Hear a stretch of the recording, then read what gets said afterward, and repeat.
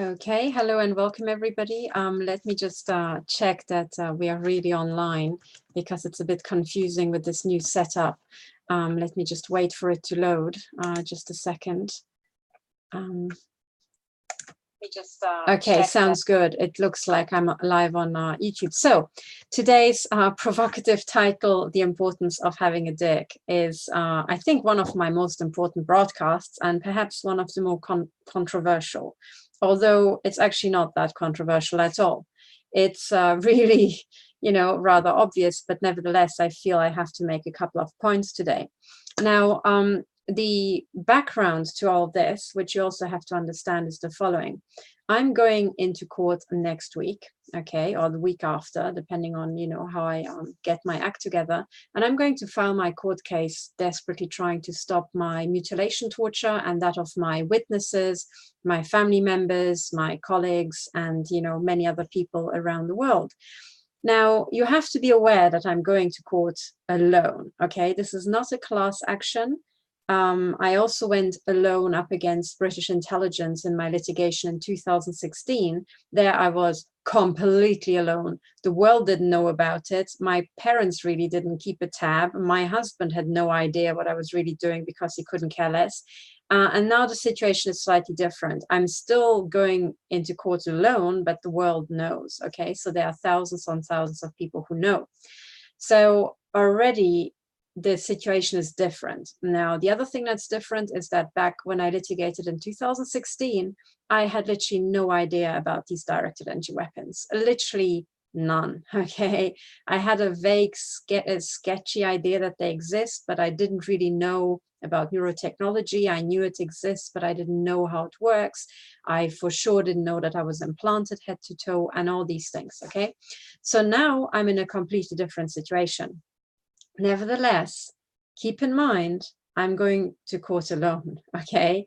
I'm going to court as a woman, completely on my own, without any support. I've got some witnesses queued up, and I've got some expert witnesses who can support perhaps, and so on.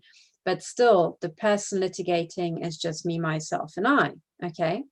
Now, one of the things I learned litigating last time in 2016 was that MI6 was rather cocky, okay? They couldn't give a shit. And I don't think they would have acted quite the same way if I'd been a man. In other words, remember that with MI6 and all these intelligence agencies, we are dealing with groomed and selected sex perverts and psychopaths, okay? But sexual perversion is one of the main recruitment avenues and qualifying features of these people who work there, okay, because they have to run child abuse and child trafficking and human ritual sacrifice, especially child sacrifice for the control files and so on. So a certain amount of sexual and mental degeneracy is a pre-requirement to work at MI6, right? Otherwise, you'll be just whatever, the receptionist, the cleaning lady. So these are the sort of people I'm dealing with. And because of the sexual perversion, the sexual aggression against women is just astounding, okay? Now, this is a fact from war. Okay, any type of war that has ever happened on the planet, typically the classical telltale sign for war crimes or war crimes happening in a region which is recognized by all the human rights lawyers around the world is the extremely high number of female and child victims. So women and children are slaughtered and raped and mutilated in extremely large numbers, okay? That has, again, an evolutionary background because an invading army traditionally, in their mindset, right, and as they are evolutionary primed, would first of all rape all the women of the other side to impregnate them, to basically assert their genetic dominance. And they would murder all the children because they would be the children of the other side, right? So it's at the end of the day, it's always a war between men, but women and children are the victims. This is how it has been for millennia, ever since wars existed. And there's no difference now. So keep in mind that even though it's true, right, that both men and women are raped in this program, and I know that, and I support both male and female victims equally, it still is a fact that I'm going into court as a woman, and MI6 immediately, like their dick twitches and their pounce, right? They pounce like, I don't know, leching tigers, because as soon as they see a woman, all they see is a rape material, okay? Now that was pretty clear last time, okay? With all the jeering and laughing, and generally, even though there was high court litigation running, they didn't take me seriously as a litigant, okay? And it's very much like the kind of macho, cocky, it's just a little woman sort of approach, but it's very real, okay? And when you're dealing with psychotic degenerates and sex offenders, this is just even heightened, okay? It's not reduced, it's heightened. Now, heightened from what? Heightened from the everyday experience of every single woman on this planet, right? Which is that as a woman, you will be sexually molested. There will be, with a very high likelihood, which last time I checked my family and friends was 25%, there will be an attempted rape and there will be rape, okay? In your life, as you go through life, okay? So if you think, oh, no one's ever tried to rape me, or nobody raped me, well, good for you. 3/4 of the population will be like you, but every fourth person, or rather every fourth woman, will have suffered attempted rape, myself included, okay? I think I mentioned this already online before, so I'm not, this is not breaking news, but when I was I was at the time a PhD student, but I was a tutor. I was already teaching particle physics and nuclear physics at Oxford, and another tutor tried to rape me, okay? So at the time I escaped just by my own wit, and it's a longer story how I did that, but man, right, it was really in the nick of time, and this guy was really ready to just, beat me into the ground to get his will, right? Now that was an Oxford tutor, okay? It was not from my subject, I should say. My colleagues in physics are lovely. That's my experience. Usually physics and maths is harmless and generally just lovely, okay? But other subjects are not. So, that was my experience. Now, as I started talking about this, when it came to the implanting, and as you know, I'm implanted in my genitals and my rectum, and my uterus is even implanted, right? And I suffer daily rape, actually multiple times daily. So as I started talking to women, I discovered, first of all, that as far as this program is concerned, both men and women are raped equally, okay?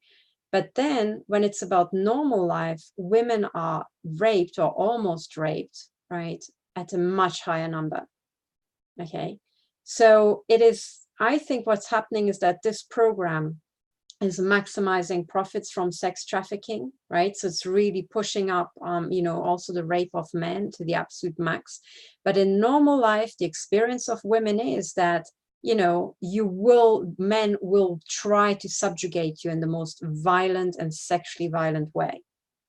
Okay, and you're either lucky and you've never met a man like that, or you're lucky because you can actually outsmart him like I did, or you're really not lucky and you either don't have the strength or you just can't escape, right? And then you will be raped.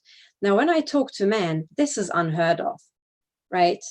I think I would have to go to probably the gay community to find maybe the same, number of actual rapes having taken place in a person's lifetime. Okay, so the life experience of men and women is absolutely not the same. And anybody trying to suggest the opposite doesn't know the statistical facts and doesn't know the basic facts of life.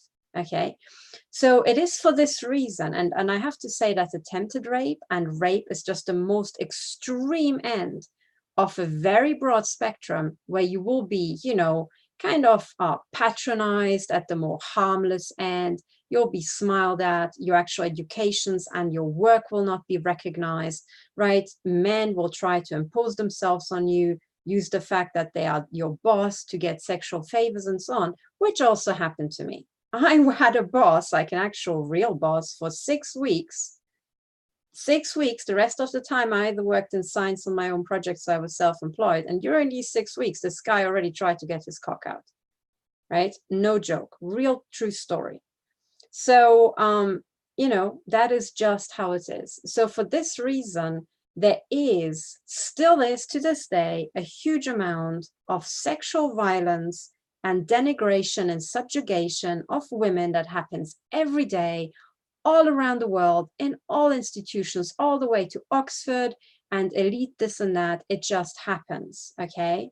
Now, when I say that, I'm not implying anything about specific men. I'm not even implying anything about men, you know, as in general over normal men, but it is just the fact that men are much more prone to rape, okay, to subjugate others, and women, as a result, as a collective, will have a rather shit time compared to the average male, okay? Now, everything that triggers this sort of subjugation and sexual molestation of women is, again, right, just a more extreme end of the spectrum of something that already exists in men by genetic definition, okay, and is part of their nature, which is that they do not consider women to be the same creatures as men, for obvious reasons. And nothing that we'll ever do in our society will get rid of that anytime soon. Okay, so this means if a man meets a woman, and now I assume a heterosexual man, okay, which as last time I, you know, checked this, that still is the majority, though that might change if the CIA has its way, right? But when a man meets another man, he will approach that man completely differently than if he meets a woman. A heterosexual man will always think, oh, could I shag that thing? Literally. And with your woman, you know this because when a guy meets a guy, he will just look at this guy in the eyes. If he meets a woman, he will check her out, right? And as a woman, we've all met men who were having conversations with our boobs as opposed to with us, right? You ladies, you know exactly what I mean. So men don't have this. You, as a man, you don't go to somebody, you know, at work or with a serious problem or serious project, and this guy doesn't talk in your face, but talks to your dick. If it happened, you would notice and you'd be like, wow, what just happened here, right? Someone's got a problem. But for the vast majority of women, that is just the everyday occurrence, okay? Literally every day. And it doesn't matter how high your qualifications are, right? I have now all the reasonably, you know, attainable qualifications. I've got my, you know, I came top of my year in my A levels. I've got a first-class master's from Oxford. I've got a PhD in a hard science, particle physics, for crying out loud. I had an elite fellowship at, you know, at Oxford. And now I'm one of the few people who's actually a court expert about Secret Service criminality. And I'm the only person to have ever taken on British intelligence, the whole, you know, triumvirate of them by myself in the High Court, right? So as far as qualifications go, I think I got a lot of t-shirts. Nevertheless, if I talk to any police officer who, as far as I can make out, they have degrees in picking their nose and swiveling in a chair, this guy will typically be an arrogant fuck, and he will look at me like I'm just some ditzy who walked off in, you know, off the street. And you really have to kick these guys in the bollocks repeatedly after you have beaten them into the ground before they pay you any sort of respect. And I mean the basics 0-point respect that every man gets when he walks through the door. Okay? I have experienced that in Germany. I have most certainly experienced that in the UK, and I've experienced that here in Switzerland. Okay? As a woman, especially to macho police officers who are inexplicably self-confident, women count for jack shit.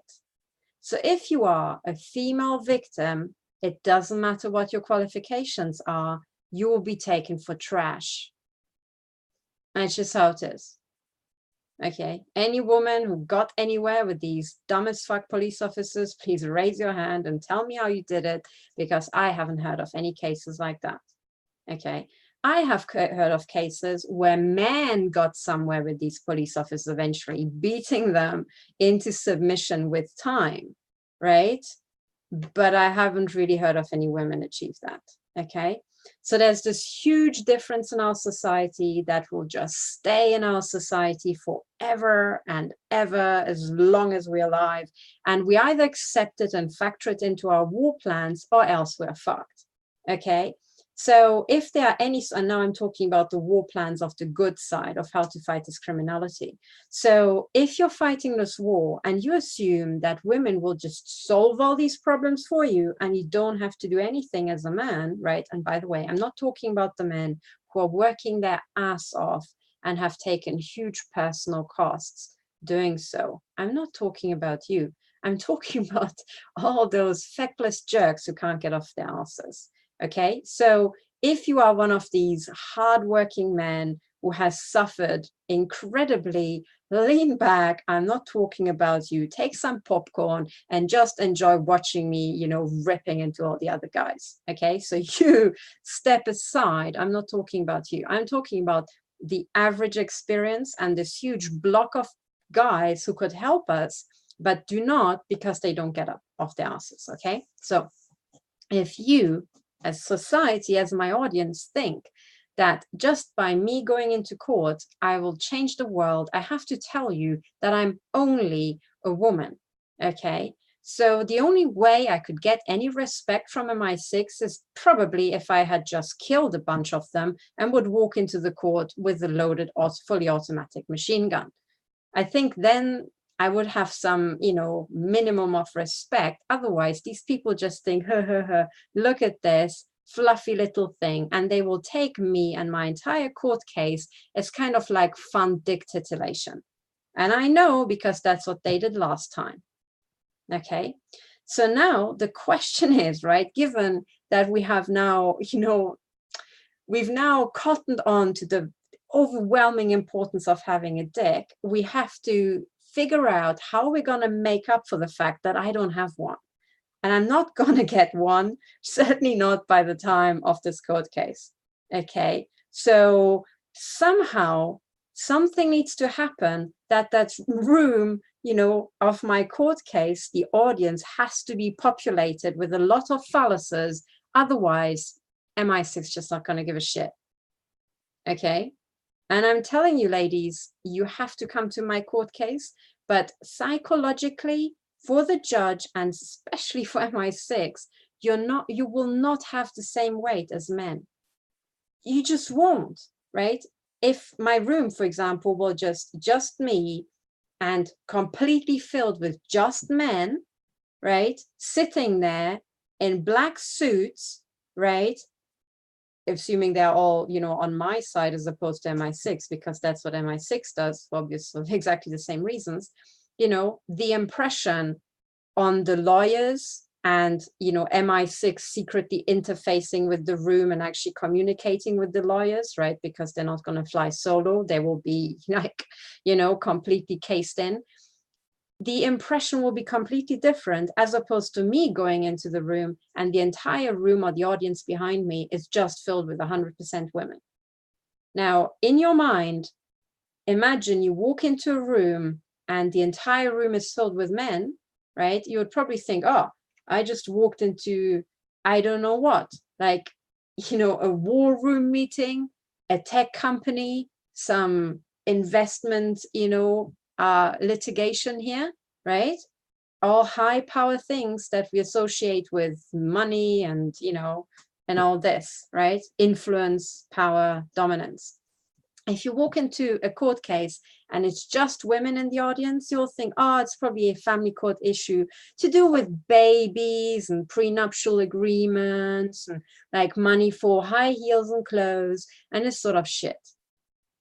Okay, and that will be literally everybody's assumption. You will not be shown a photograph of a courtroom filled with just, you know, a female audience and a female litigant and think, oh yeah, that must be about an integrated weapon system and a live running genocide. Okay, it just won't. It's like the impression is completely different. Okay, so in this society, there is this overwhelming importance of having a dick. And if you don't have one, to have one nearby, ideally many more nearby, okay? So then it leaves an impression.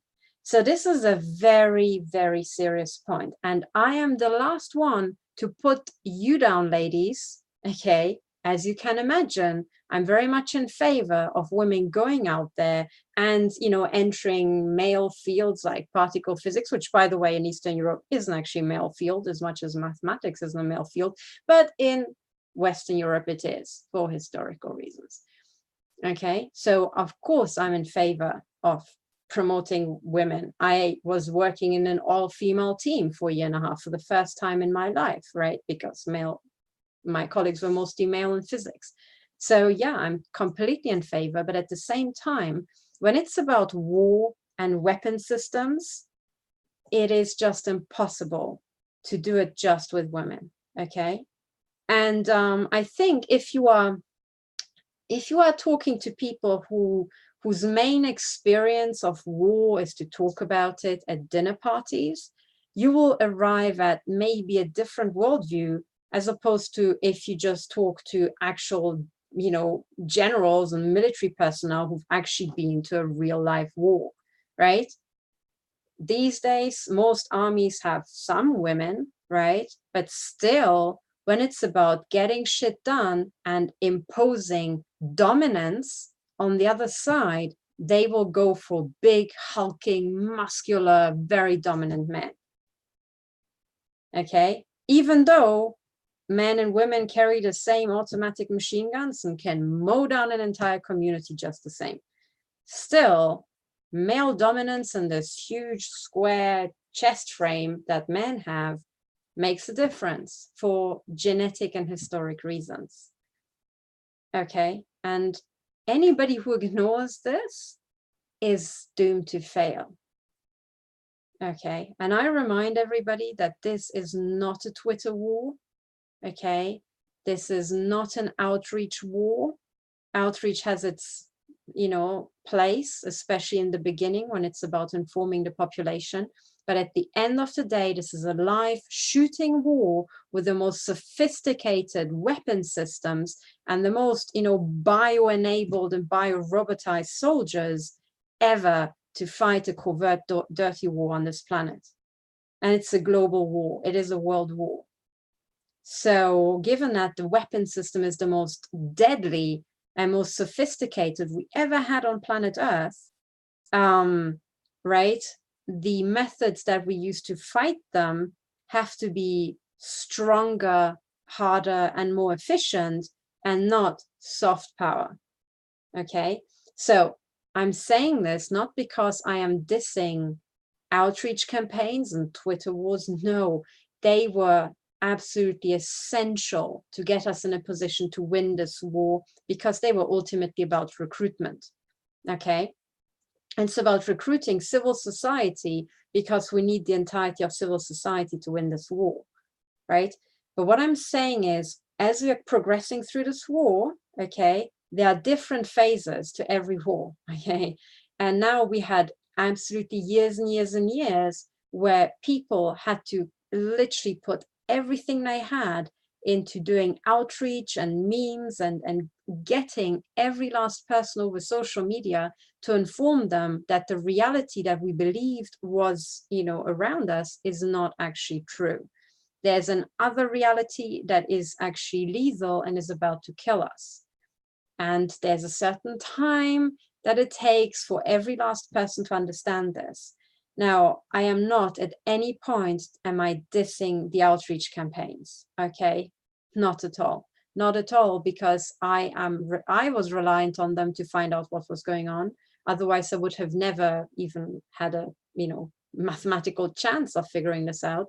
So I am using the stuff that people, you know, passed on to me using Twitter and social media. And that is a solid foundation without which I would be screwed. So I totally honor that. But what I'm talking about now is looking forward over the next coming weeks and months and the coming year. But it's actually really starting next week, you know. And what I'm saying is that at this point, so we've done the outreach now, And the outreach was successful. It was astoundingly successful. Even my mom knows about everything now, okay? And my mom tried desperately to just, block out all the horrific stuff, because we had enough horror in our family life, enough, and our family history. But still, she knows about everything now. She knows about the chemtrails, she knows about the chip implants, the directed energy weapons, about the pedophilia, like everything, right? And many other people's moms are the same, right? And I'm not dissing moms, but because of having to raise children and having a job, they are the most busy people out there. And, when you reach them, you really have reached society. So that's done now, okay? So what I'm saying is, going forward, we can rely on literally everybody knowing.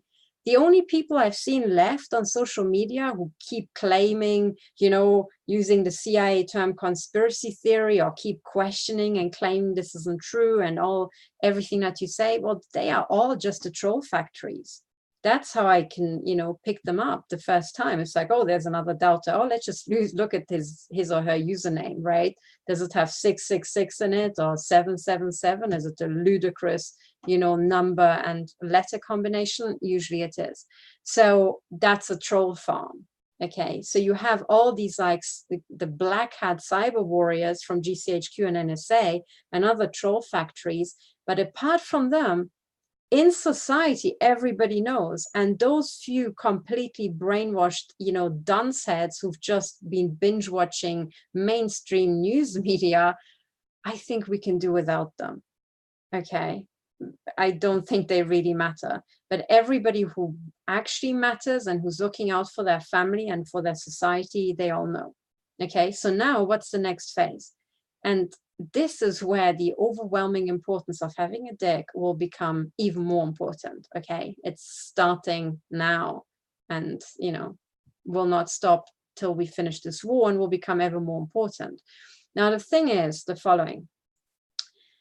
We had this war. Okay, so in the beginning, top researchers and very brilliant people cottoned on to what was going on. So they did the research. A lot of them were killed, early on, but they managed to write books. They managed to pass on their knowledge. Then other researchers picked up on it. And, there was this entire wave where people figured out, like new people who were waking up, were figuring out faster and faster what was going on, basing their insight on everything that has gone before.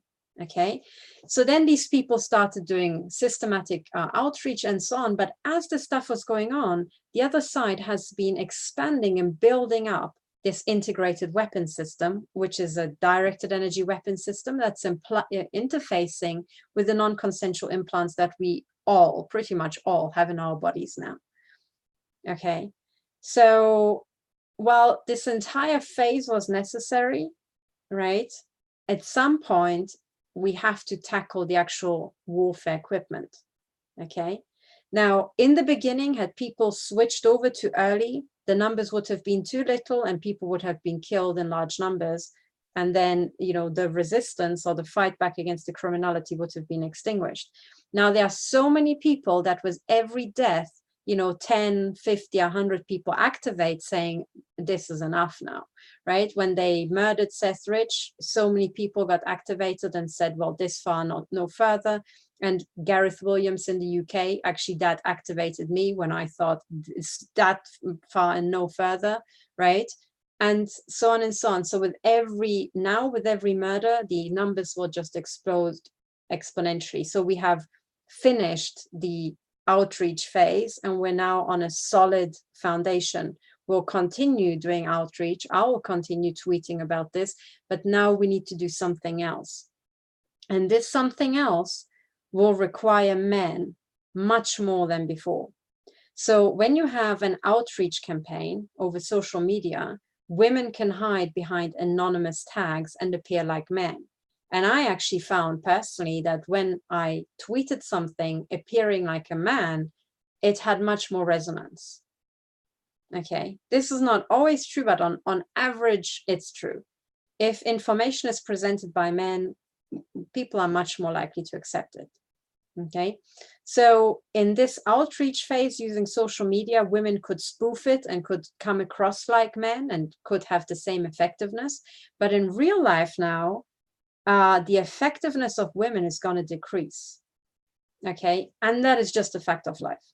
Okay, so the point is, how do you use the women fighters we have, like myself included, and maximize their impact, right? And what other jobs need to be done now, starting, you know, Monday morning? It's already Monday morning over here, and going forward towards Christmas and, you know, New Year and in the next year. What are the coming jobs, okay, that we really need to like tackle now? What I would say is, as I explained, I'm launching court cases. Okay, now if I go in as a woman by myself, even if I have on paper people support me, I will not be taken seriously. I literally need phalluses in the room, honestly, right? And if these people could come into the room with all the dominance, you know, signifies dominance displays that, you know, people typically use, for example, a dark suit, a black suit, looking business, looking like power, looking like money, then the chances of being serious, being taken seriously will just increase, you know? Now, I'm not saying I need a room completely populated by men, right? Because that, again, would also be weird. I actually think that the judge would assume that all of those people in the background are actually all working for MI6, right? Because it's a, you know, that would literally be the assumption. But I need a good mix of supporters with a lot of men, okay? Because it also signals to the judiciary and the judge that, yes, the men in society care, right? And they would be the ones to go, you know, at loggerheads with the government eventually if it ever came to civil war. So that is the first signaler for the establishment to take something seriously, okay? Now, there's another reason why in today's society, it's incredibly important to have a dick, and that is for historic reasons. I will show you. Let me share my screen. Now, this is why I'm often saying that this concept that there's this glass ceiling that somehow some women manage to break and others do not, it's completely wrong. It's not a glass ceiling, and no single woman ever really broke through it, okay? And what I mean is the following, okay? It's incorporated in this image here. This, ladies and gentlemen, are all the Masonic lodges in Texas, okay? Basically, I think the big gaps that you can see here and here, I think that's desert, as far as I can make out. I don't think there's much going on in these areas, but everywhere where there are towns, there are Masonic lodges. Now, the entire point of the Masons was to organize all the men in society into a hierarchy and subjugate them, you know, under individual men. But the purpose was to create a big pyramid. And once you are recruiting somebody into this Masonic structure, the natural setup of society is altered. The natural setup, which is how the Constitution and every government and every society in the world is officially set up, is that you turn 18 or 21, but once you're, you know, come of age and you're full age, you have all the rights of everybody else. You can, in principle, run for president. You can, you know, choose whatever job you want to do. You can earn your money. You have access to become a senator and so on, in principle, okay?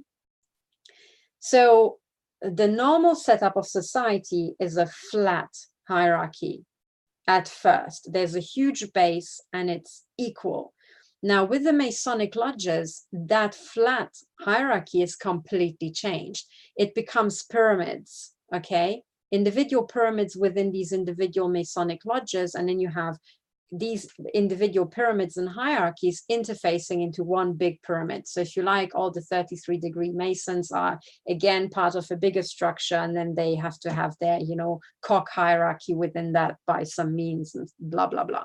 But the most important thing is to change the equal flat hierarchy of society into a pyramid organization that can be centrally controlled by just very few people. Okay. Now, the Masons have been around since times immemorial. And as you know, I always say they are the front of the Vatican Secret Service and military intelligence system, which is the Jesuits. Okay.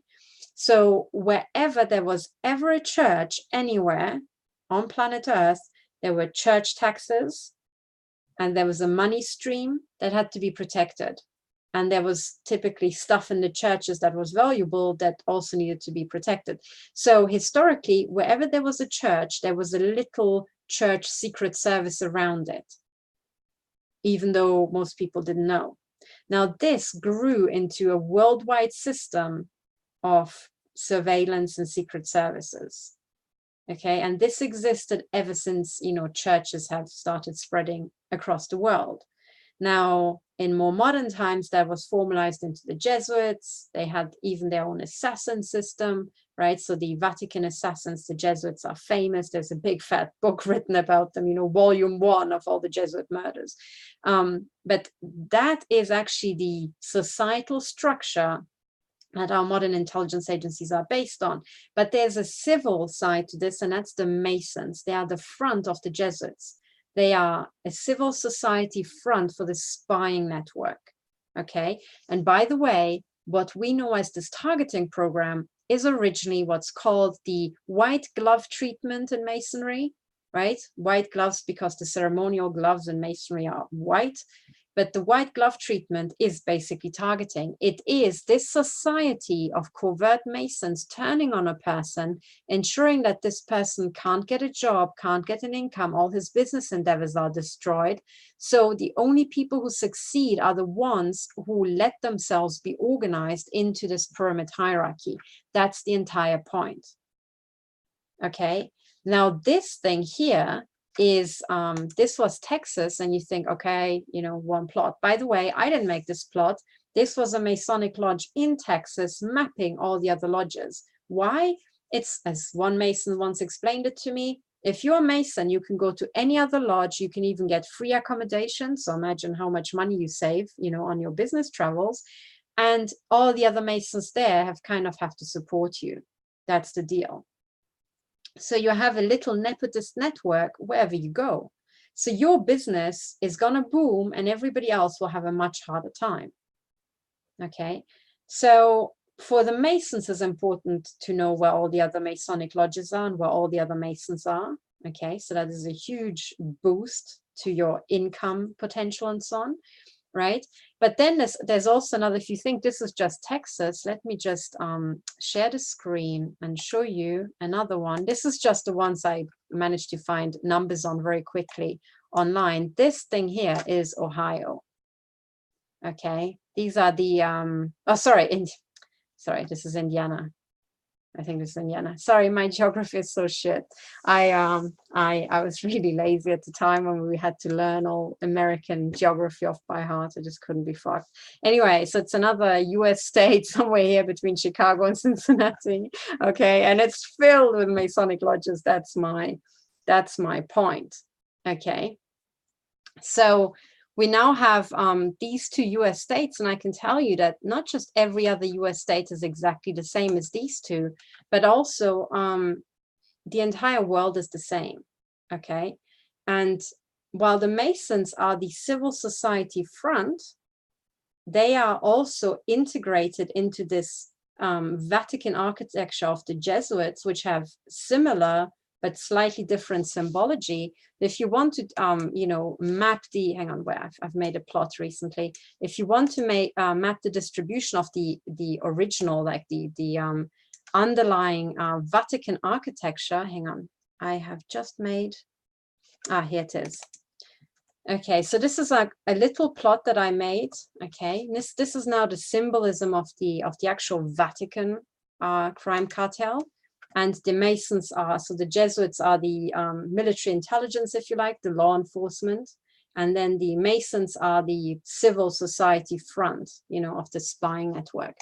But if you want to map the Vatican architecture, here is now the, you can map it by these obelisks. Okay, let me just, how do I make it a bit bigger? Like this, maybe. I hope you can see it. Now here I've just drawn all the different obelisks that you can find in prominent places in cities around the world. So this is the original one in the Vatican. So the Vatican, London, and Washington, the big phallus in Washington, that's the three city state, the original triumvirate from which the rest has grown, okay, around the world. But as you can see, there's one in Paris and Rome and Moscow, St. Petersburg, Istanbul, Brussels, Dublin, Berlin, Washington, New York, Houston, Fairview. Yeah, I included Fairview, which is a tiny place, but I wanted to say you have a massive, massive Masonic cock, even in the back of Beyond, okay?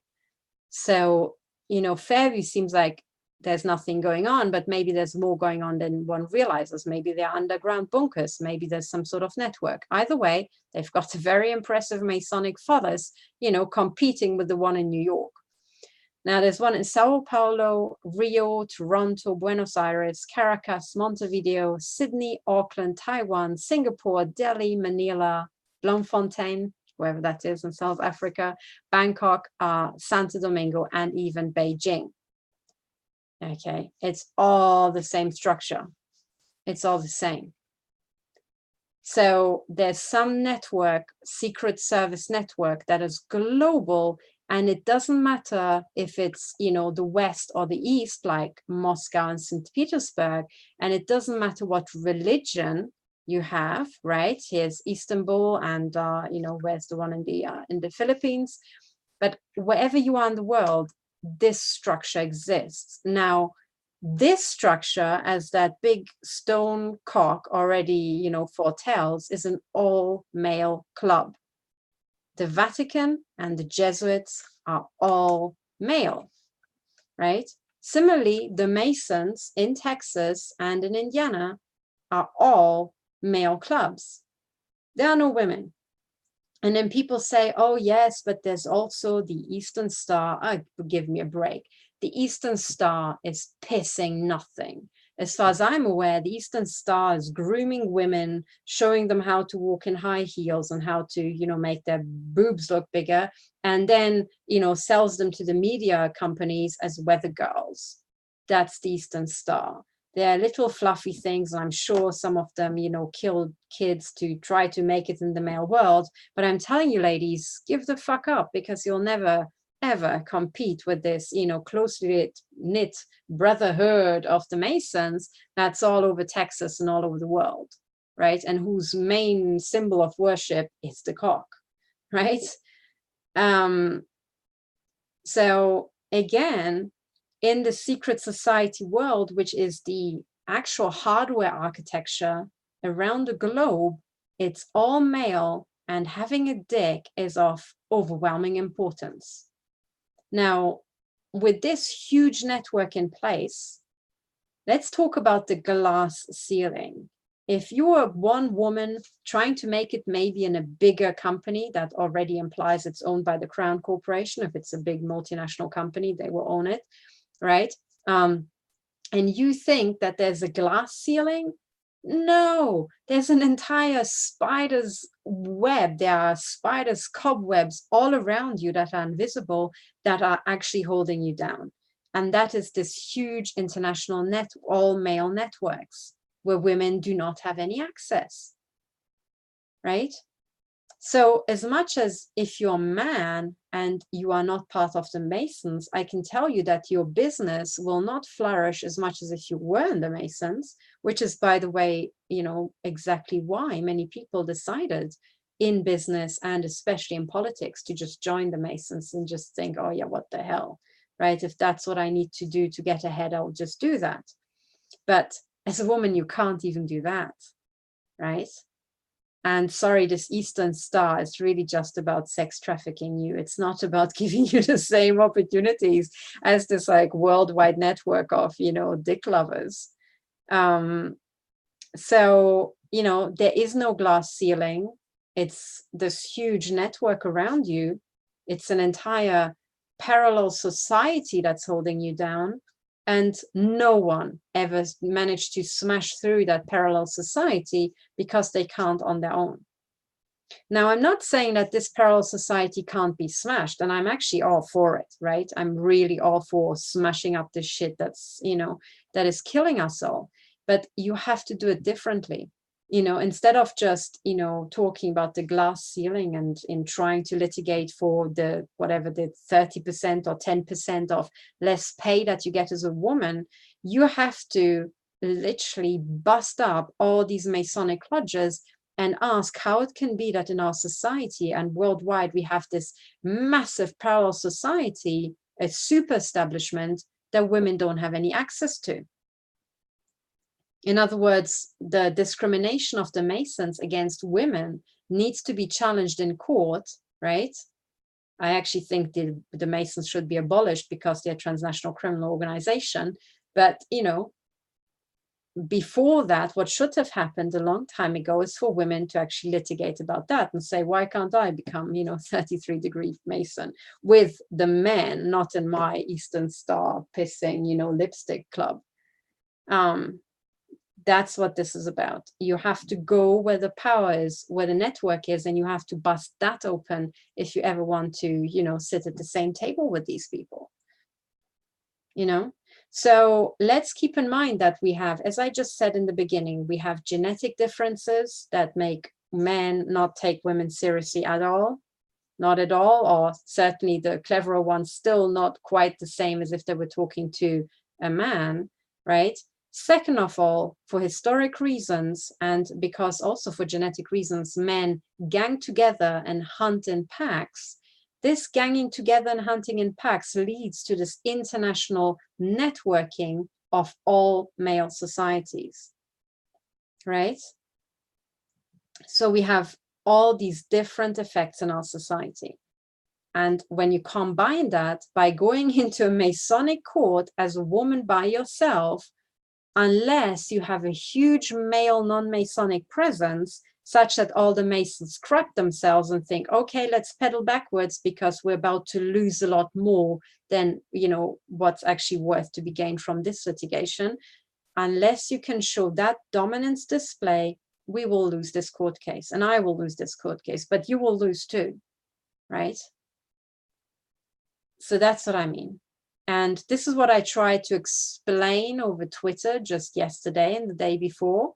It didn't go down well at all. I was called a feminazi and whatnot, right? And somebody said I'm obsessed by gender. No. I'm not obsessed by gender, right? Men are. A huge difference. But unless I recognize and flag and factor in the obsession of men with sex and gender, right, I'm going to lose this war, because at the end of the day, it doesn't matter what I think. The only thing that matters is what the other side thinks and how they operate in a war. Okay, that's what I'm trying to say. So I can tell you from my personal experience, right, it is absolutely overwhelmingly important to have a dick. I can point to genetic, and historical facts that pretty much, support what I'm saying. And I can point to these super secret societies, these super structures in our world that are actually bigger than any one national secret service. I mean, in a sense, the secret services are fused with the Masons and are one and the same entity, okay?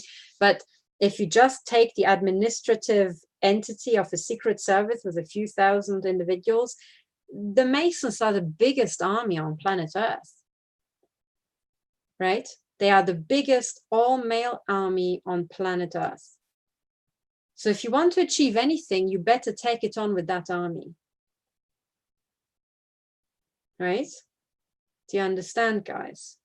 So on top of all this, right, which is just about, mental differences between men and women and how they perceive each other, the societal differences, okay? There's also genetic differences that are freaking obvious, right? This is why you have pretty much 99.9% of all house moving companies being all male, right? It's because men just have more muscle mass than women naturally. Okay, I have seen guys who had like upper arms that were so big that if my upper thighs were that size, I would be like, oh my God, it's time to lose weight. Right. And that was just his arm. Right. I can't develop muscle like that, but many men can. And a man without even trying or being particularly sporty will just have more muscle mass than me. So if there's any sort of heavy lifting involved at some point in this war, which I can tell you there will be, we need the men to get shit done. And they have to be ready to do so. And they can't just be like, oh yeah, but look, I'm already full-time tweeting, and look at my well-trained tweeting thumbs, you know? That's not good enough. And we have this entire society that is, number one, pumped artificially, by the way, estrogen into the drinking water and other, you know, female hormones and mixes mimicking female hormones to turn men basically into women, right? And that's why the entire culture is now brimming completely full with, you know, effeminate homosexuals. I'm not saying there's anything wrong per se. Everybody can be the way they want to be. But when the media starts, you know, blowing one aspect of our society up out of proportions to how many effeminate homosexuals you'll meet in normal life, that's an agenda. And you have to ask, where does the agenda come from? Right. And as much as I'm saying there's nothing wrong with, you know, women, there's nothing wrong with effeminate homosexuals, right? But if the media suddenly starts to have an agenda of turning the average man more effeminate, and it's combined with bio and chemical weapons pumped into the drinking water, you have to say, hang on a second, what is the agenda here? And the agenda here is to make men just more like effeminate and less effective. That's it. Okay, why? Because the other side, this crime cartel, knows that men's biggest strength is their muscle mass. It's impressive. Okay, so when you are, you know, presenting yourself and you have a big, you know, chest frame and you're wearing a suit, it's going to be very impressive. You know, a lot of CEOs are actually pre-selected to be bigger, taller, have a big, impressive frame, just because you can push through business deals much better if you look like a silverback gorilla. It is just more dominant. Okay, women will never, ever be able to actually do that and emulate that, you know? So at some point in this war, we have to somehow convince all these, you know, men, especially the ones who stayed masculine by some miracle, despite the best attempts of our secret services, at some point they have to join this battle. And I can't do this, right? I can't do the jobs that they would have to do. I can't enter a room and have a hugely impressive gorilla-sized chest frame, right? I just can't. So the question is, when will these guys actually join us? Because they have to join us by yesterday. They have to understand what's going on. They have to be on the ball, and they have to be fully aware that, yes, we need them. And yeah, they have to be male dominant because we need to win this war. Okay. And what I see right now, I don't know about the experience of other people, but I personally, as an activist, I did not manage to work with any men. And that is despite the fact that I worked with men all my freaking life. Okay, I don't have a problem working with men. I love the male approach to working. I find it very efficient. I find it very no bullshit. That's exactly what I did in particle physics. Yet here in this activist field and in this war, the only people who were, you know, willing to step up to the plate were women.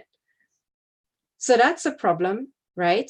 Because moving forward, we need to interface men and women together, right? I mean, in a sense, when we want to shut this down, right, women can take over the tweeting and the outreach, right, because women's nature is to talk, it is to communicate, much more so than men, and even that's proven.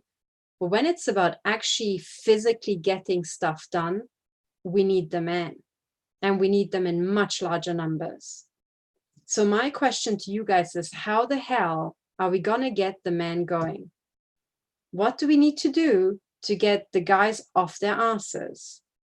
And I can point to previous examples of the astounding success of having a lot of masculine men. Hang on, before I tell you this anecdote, I need to check if you can still hear me. So let me just do a quick cross check. Is this still running? Okay, yes. So to point you to an actual real life example of something really, hang on, let me check. I'm a bit paranoid if the audio drops off, but so far I didn't see any comments, so that should be fine. Okay, so I think it was the summer of 2012, if I remember correctly. I think it was summer of 2012. There were riots in London. So the summer of 2012 was very, very sunny and very warm. Hang on, London riots. Maybe I can bring it up. 2011, the week before that. Okay, so not 2012. So let me share my screen. This is kind of important, okay? From many points of view. So 2011, the England riots, okay? They were widely known as the London riots, and they were a series of riots between the 6th and 11th of August 2011, when thousands of people rioted in cities and towns across England. And it saw looting, arson, mass deployment of police, and resulted in the death of 5 people. In this looting, there were spectacular fires, so big, I remember shops and iconic houses were burned down. Every time iconic this or that burns down, I'm just reminded of the Masons burning down London, right, in 1666, the 666 having specific symbolic, importance to them. So I was like, let me guess, this property is going to be bought and it's going to be turned into, I don't know what, really expensive flats maybe. So I have to check what happened in the meantime. But these were the riots, okay? And it shows, here's a map of where the riots were. Oops, why did the symbols disappear in the background? Okay, you can see the symbols down there. So there were riots according to some north-south axis. And so this rioting was going on, okay? Now, the points to note about the rioting is that afterwards, there were interviews. I think I've seen 2 interviews, if I remember correctly, where certain looters and rioters were interviewed after they were caught and they were, charged with, whatever, the stealing a TV or something. And I remember one particularly where this guy said that he doesn't even know why he did that. He doesn't know. I think that he broke the shop window, or somebody else broke a shop window, and he made off with a TV or whatever. It's like, okay. I mean, these premises are all insured, okay? So it's bad, but it's not a catastrophe. So, and I remember what was striking is that when I looked at his face and his micro expressions, that's like he's saying the truth.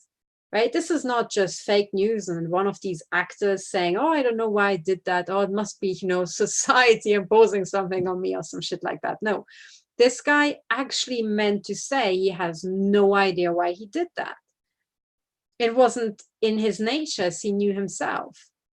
Now, years later, when I heard about neurotechnology, at some point I remembered this and I was like, what if he was neurotech? What if this entire London rioting was just large-scale neurotechnology experimentation that we know, thanks to whistleblowers, happening in places like Seattle? There's one whistleblower who said that the entire city of Seattle has now, covertly, these neurotechnology human experiments running across the entire city, right? And I thought, what if that was MI6's version? And yes, okay, you make it spectacular and you get people to loot and you do the typical Masonic hoo-ha, and then you can, get more money for the police because you need this sort of stuff. But it's a very important point. So there has to be a lot more investigations about what exactly was the story behind the London riots. I didn't have time to look into it, but there's this huge aspect of it as well, which is relevant to our topic. Okay, so kicking off large-scale riots, just like Operation Crimson Mist. Now, let's see if I can bring that up quickly. Operation Crimson Mist. So Operation Crimson Mist was basically the induced mass murder, the genocide in Rwanda. But what has turned out is that here's the electronic slaughter in Rwanda, Operation Crimson Mist. Now, that was microwave emitters deployed over entire regions, making people extremely aggressive and extremely violent. And there were these planes flying overhead, and people started murdering each other, And so there's this entire article about Operation Crimson Mist. This is not, something that's made up. This article was from 2003, and the Rwandan genocide was in the mid-90s. Okay, so that is now 25 years ago. So something that was already used to induce genocide, right, can be deployed now, and it's probably much more refined. And by the way, the people who induced the genocide, they were never tried for war crimes. I mean, I personally think they have to be executed, and their private assets have to be, frozen and dissolved to pay the victims' damages. By the way, also of all the military and the intelligence services, CIA, that was involved at the time, right? So Operation Crimson Mist is a fact, and you need to know about it. And it's also relevant when we're talking about things like the London riots. Was it now a smaller version, suitcase size version of microwave emitters, making these people violent and burning stuff down and rioting? Was it maybe a large scale experimentation of the head implants that all of us have without knowing, and so on? Right, all this has to be taken into account. Either way, what I want to say about the London riots is my personal experience. And at the time of the London riots, I got in touch with an old colleague, and who was part of the Greek minority in London. And he had family there, exactly in the area where people were rioting, and he had friends and pretty much in the area. So when I met him, I said, hi, I will just call him Jay. And I said, hi, Jay, what's the story with the London riots? Is your family okay? Have they had any businesses burned down or something? And he said, the London riots were not a problem for the Greek community. I said, what do you mean we're not a problem for the Greek community? He said, okay, we were right in the area where these things happened. But what the Greek community did is all the men just got their baseball bats or crowbars, went down into the street, made basically like a barrier. So the section of the street, because London is like a patchwork of different ethnicities and they cluster. And you just didn't get in and you didn't get out through that unless you were actually allowed through that. So no rioting, no arson. The bullshit was left to continue outside this cordoned off area. But the Greek men ensured that their families and their businesses are protected by having a round-the-clock shift and basically enforcing this by their male dominance, right? It wasn't the Greek women going down there and, standing there in high heels and saying, no, you better, don't come in or I'll snap a picture of you and send an angry tweet, right? It was a man with crowbars and was hugely successful, right? Everywhere else, MI5 and the Masons were running riots and were burning shit down and doing what the Masons have been doing since 1666, but not there. So when this was over, everything in the community was intact, back to normal, Everybody was happy, and the men did what the, nature designed them to do, which is to ward off danger. And it worked. And it wasn't that hard. Once you have 20, or 30 guys with crowbars saying, you ain't getting in here, that's convincing.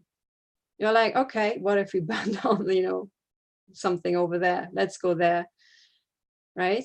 So at some point, what I'm saying is, there was no violence. These men didn't go out and bash people's heads in with the crowbars, but they were ready to do so, right?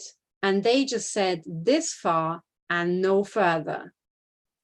That's it. End of story, right? And it works. Now, when we're dealing with this criminality, I am so lacking this. And every time I raise this as a woman, as a Holocaust victim, I have these smart ass former veterans from the US military explain to me how I can shoot down satellites and how I can, I don't know what, blow up a 5G emitter. And I'm like, I'm not doing that. That's your job. My job is to go into court and get a court order saying that what you're doing is okay, because we are fighting for our life. But I'm not going to shoot down a satellite, even if I could, because that is just not in my nature, right? I'm a woman, for fuck's sake. Okay. So I'm not going to go out there. If, of course, right, if I am literally the last line of defense and there's no man to defend me, I'm going to take up that crowbar and I'm going to bash somebody's head in if they're trying to kill me. Sure. Right. But that shouldn't be the default setting, for crying out loud. Right. So one of the things that I'm just absolutely shocked and amazed by is we have all these, especially in the US, because there you do have critical mass, but also my scorn just applies just the same to the Swiss or the German military or the British military. We have these, especially in America, just armies of veterans who are homeless, who have, voice to skull. They are being tortured. They are being driven to suicide. And not once does it occur to them, hang on, if we all band together, we're a fucking army. In fact, we are the US Army, right? Where are they? I try to reach out to veterans today and say to them, look, I found implants. I'm 100% sure all of your veterans are implanted to the hilt. But by the way, I found them in normal Americans. And as far as I can tell, the vast majority of the American population is implanted. Did veterans today care? Fuck no. Did they publish anything? No, despite the fact that they have published about neurotechnology before, right? And I said to them, you guys need to start discussing this of what is legal in the US, not what the, corrupt CIA judges think. What do you, the American people, think? And then you're the military, and you need to enforce what the American people think. But there's so much work to be done in figuring out how you're going to get to a decision, how you're going to establish what's right and what's wrong, and how are you going to organize yourself to then go around and smash up 5G emitters lawfully, right? But this shit needs to be discussed by yesterday, right? And I just don't see it. Where are all the men? Where are all these military veterans? And another concrete example that really would have helped 3 years ago, and we would be in a completely different situation now, is the following. When I was talking to my former American colleagues like Karen Melton Stewart and Dr. Millicent Black, okay, both of them have perpetrators. I think Millicent's torturer lives 1.5 miles away from her, and Karen is being shot at by a guy who was former military or military intelligence, who is her next door neighbor and has a shed where he hid a directed energy weapon. Okay, and that's the situation. Karen fought for herself already when a guy 30 years younger than her was sent to assault her on her own property. So she basically beat this guy, so that he had to be taken to hospital, right? She beat him down with a flashlight herself, right? Well done, Karen. So she had to do a man's job because there were no men there to protect her. And she did, right? With whatever she could, she did the job. The guy was in hospital, right? And she's thankfully still alive. But now we have the situation that she did that. And even though it was on her property and she was assaulted by a guy 30 years younger, the corrupt Florida, I think it was in Tallahassee or Florida, the corrupt judiciary, whereby the police station had, I think the mother of the guy who assaulted her was working in the local police station, if I remember correctly. So you can imagine. But the judiciary then blamed Karen, right? Now, where are all the men in this story, right? There were no men there to protect Karen. There were no men there to actually go to a court case and actually really show a dominance display, right? Saying this ain't happening in Florida, right? We have our stand your ground laws. There were no men there. And the entire judiciary just turned this litigation into a joke and was basically laughing about Karen. The same, exactly the same as happened to me in my 2016 litigation, right? But now 3 years have passed that I've known Karen, right? And in these 3 years, she was being machine gunned nonstop from her next door neighbor. Now, with this, already having physically fought off somebody because there was no man there to protect her, having to defend yourself in court and being assaulted by them, and now you're being assaulted by a covert stealth weapon that's at your neighbor's house. How are we going to solve the situation? Okay, now, when Karen actually confronted this guy, right? He, I think, hurriedly changed something in the shed. And I think he, I remember that she photographed the shed and he changed something. There was something that it was clear the neighbor knew that she knew and then changed it a bit. Nevertheless, he continues to assault her. But again, she had to fight all that by herself. Now, imagine the situation if it were reversed, as if, if it were normal society again, where everybody knows everybody in the community and everybody sticks together. You get one asshole who is paid by the CIA or the FBI and InfraGard to put a weapon of mass destruction into a shed and irradiate a highly decorated 28-year veteran of the NSA, right? He's a guy, she's a woman.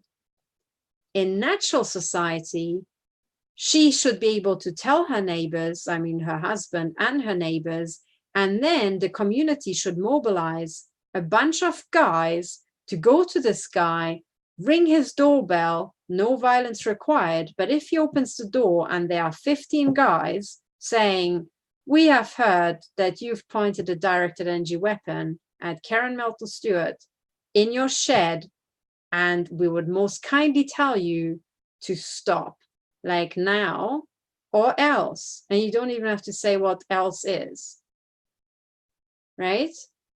But when a guy is confronted with 15 guys like that, he will crack. I promise you, he will crack, right? But there were no 15 guys. So this dickhead continues to irradiate Karen to this day. Why?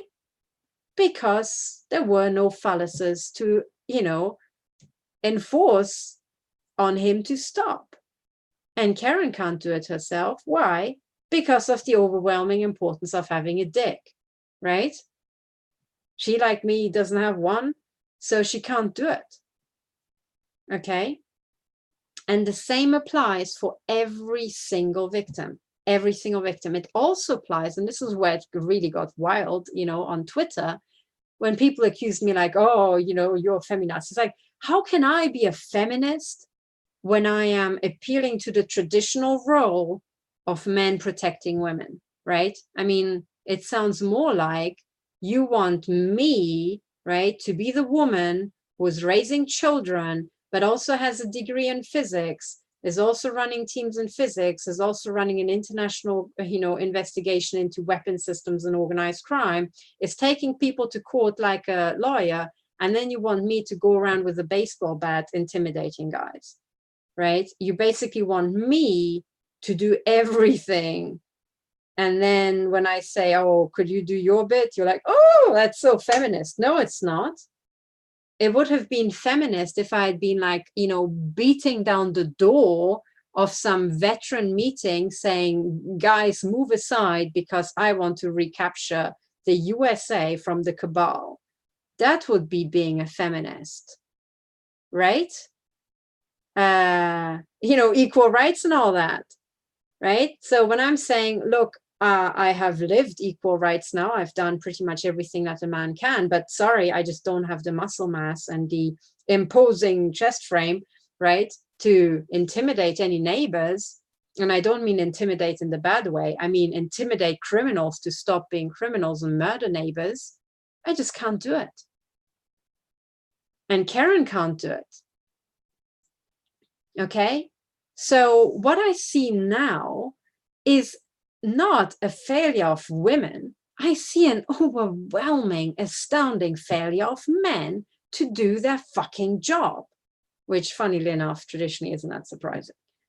Sorry, that was a feminist dig, but it's actually true, right? I mean, all my life, my grandmother, my mother, my aunts, they're just like kicking, you know, some guy, you know, to get going and do his job while doing everything and remembering everybody's birthdays, right? So at some point I'm saying, you know, King Kong needs to get up, you know, off the sofa and do something. And I'm not talking about the victims, the male victims who are being, you know, tortured here. And I'm talking about all the guys who have a duty in society to get shit done because only they can. So we need to mobilize them, right? And I'm sorry, mobilizing men is not my job either. It's the job of military leaders, of military veterans who have their heads screwed on. Again, for the same reason. If, you know, some retired colonel, you know, comes along and says, oi, son, get the fuck up off your ass. We're doing this now. He will get up off his ass. If I come along and say, excuse me, you know, the world is on fire, you know, on fire. Could you please like go and extinguish, you know, some fires? The guy's just gonna go on, right? So again, we're back to the overwhelming importance of having a dick, okay? So the people who need to get going, by definition, need to have a dick because only they can get the shit done that needs to be done now. And the people appealing to them to get going also have to have a dick, right? So this now, gentlemen, is an entirely male problem, and you need to get this job done ASAP, ideally by yesterday. And I would love to hear some input of how exactly you're going to do that. You know, my plan is that I'm going into court and I'm saying to the court, look, they are distributed weapons of mass destruction, hidden in sheds, hidden in trees, and camouflaged as telecommunication devices known as 5G. But they are not telecommunication devices. They are pulsed microwave weapons used for this genocide. They can snipe out birds in mid-flight, right? They can snipe out birds out of the tree, as they've done several times, you know, in live demonstrations with these 5G systems.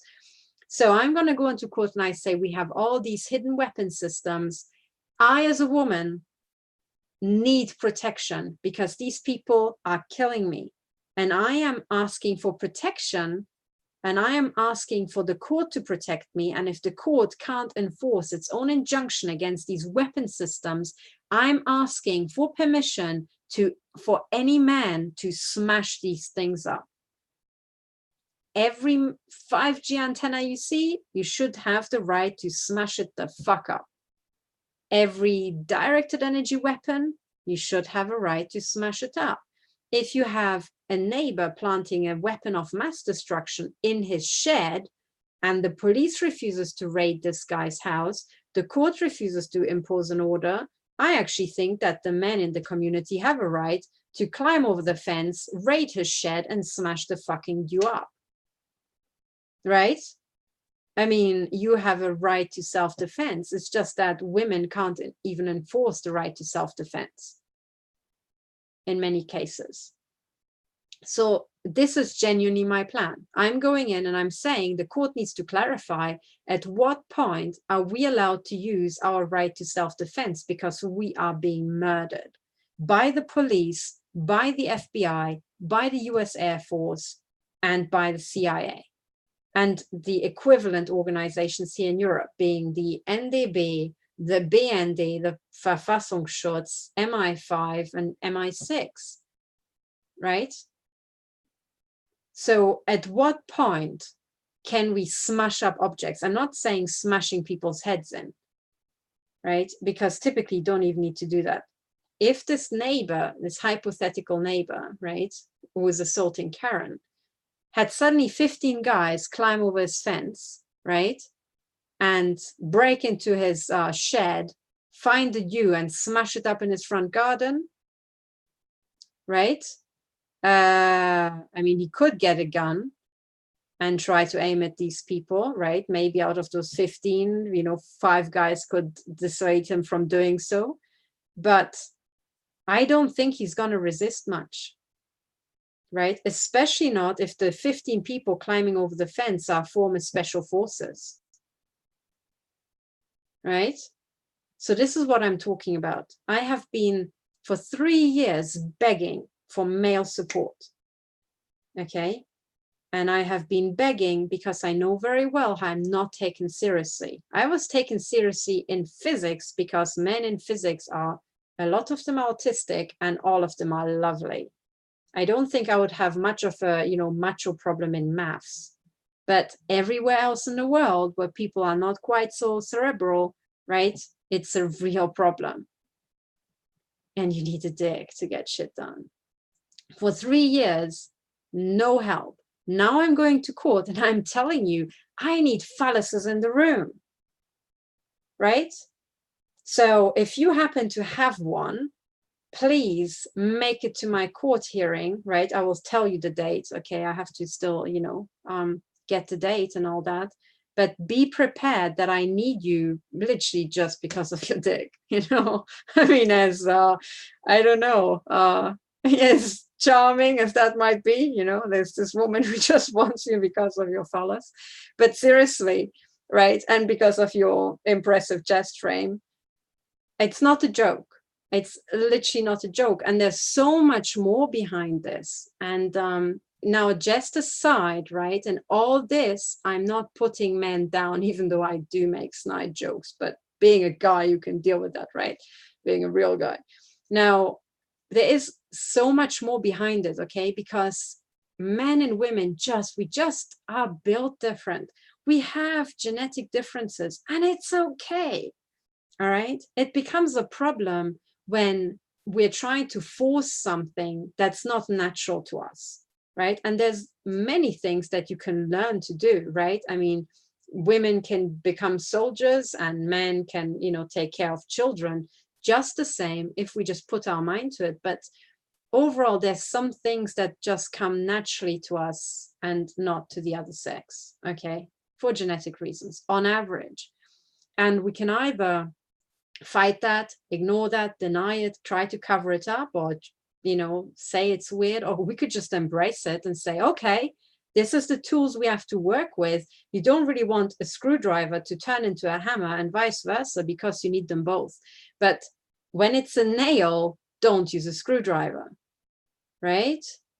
So we have all these problems in society, and what I'm trying to advocate is for us to interlock and interface and approach this problem as society as a whole, okay?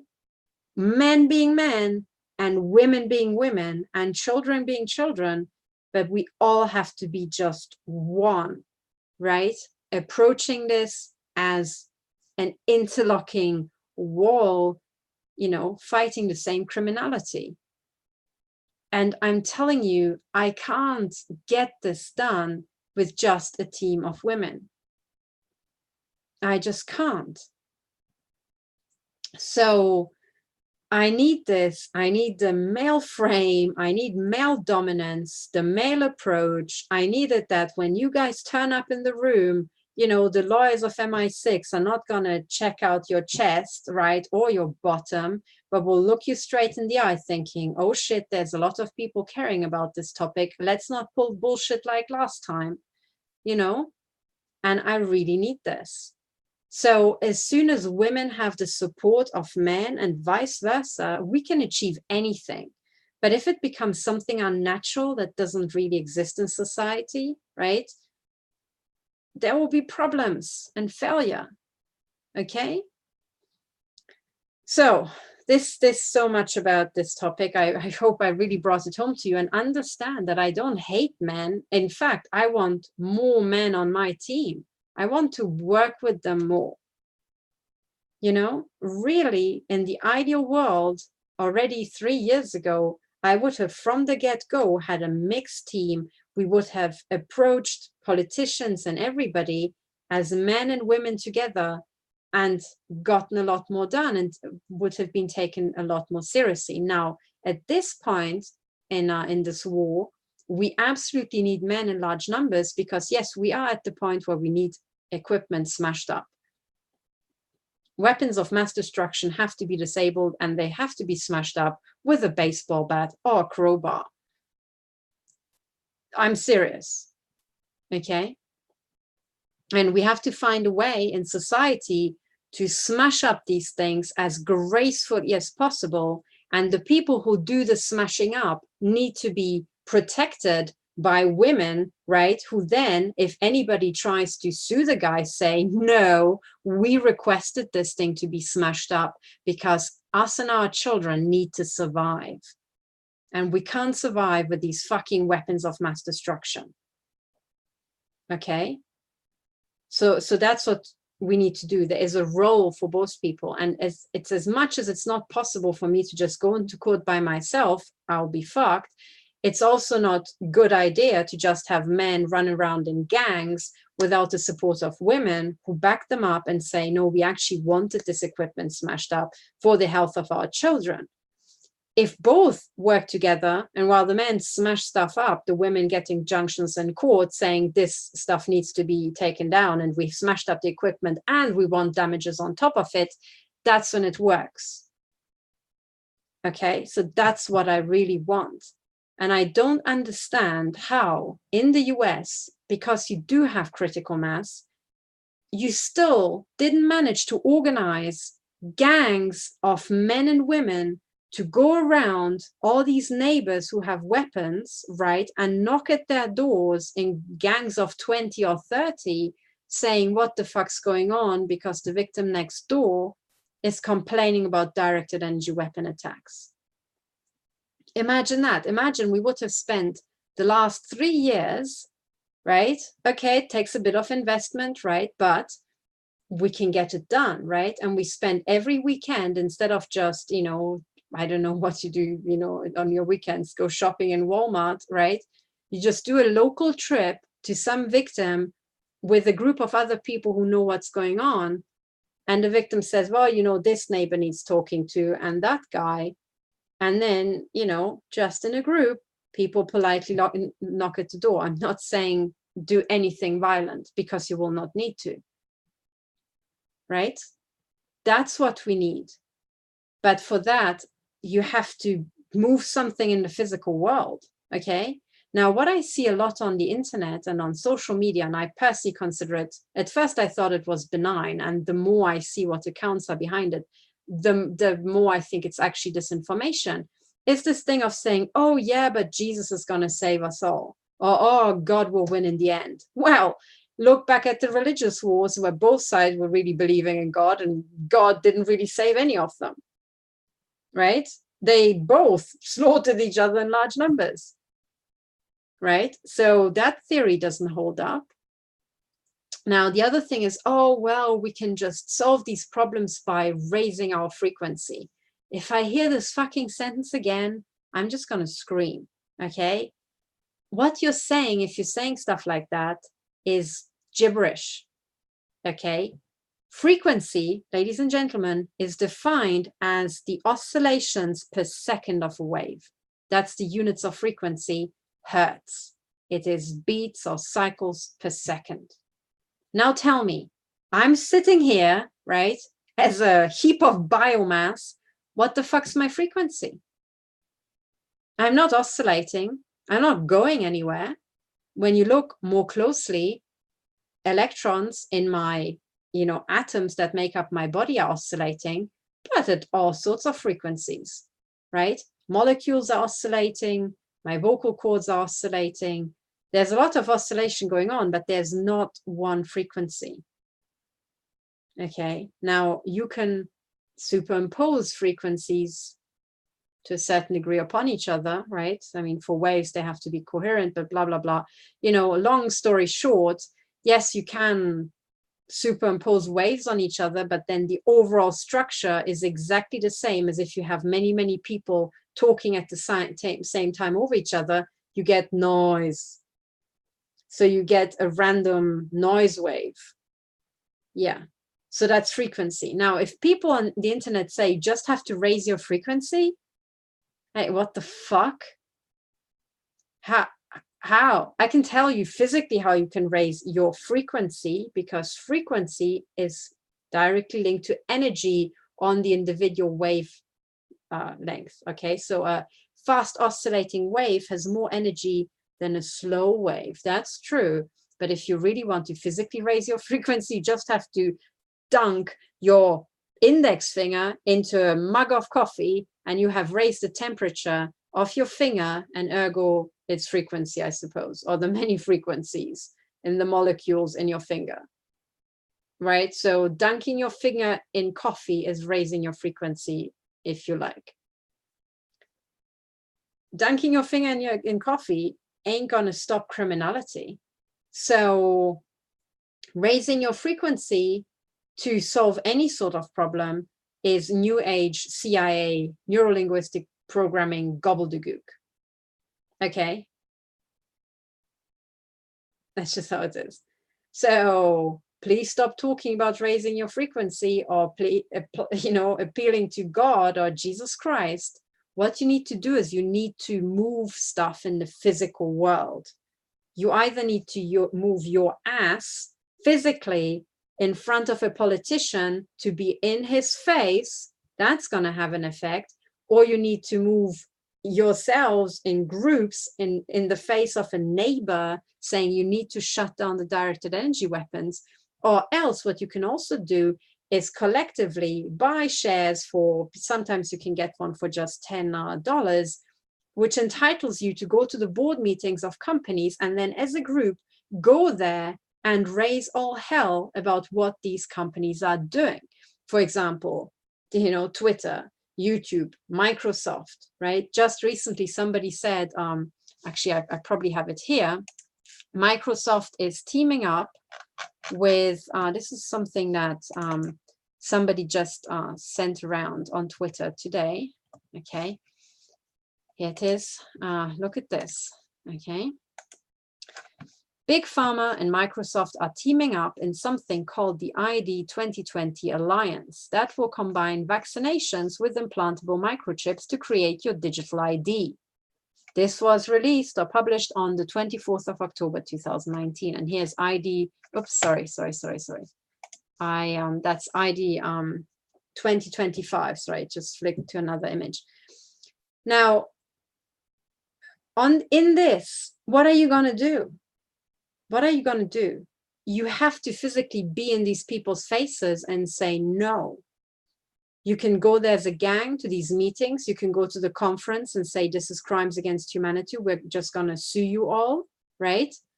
Or you can go into court, right, and physically demand an injunction against that, saying this is a crime against humanity. But you need to physically do something. Neither meditation, nor raising your frequency, nor prayer is going to achieve anything. You need to physically do stuff. And now you all have to start thinking about, how are you going to physically do stuff, please? Okay, very important. Now, another piece of news. Okay, this is really shocking. Okay, this is now actually freaking annoying. Here, So this is the news that, with little fanfare, William Barr formally announces an Orwellian pre-crime program. A recent memorandum authored by Attorney General William Barr announced a new pre-crime program inspired by a war on terror tactics and is set to be implemented next year. So that's 2020. Okay.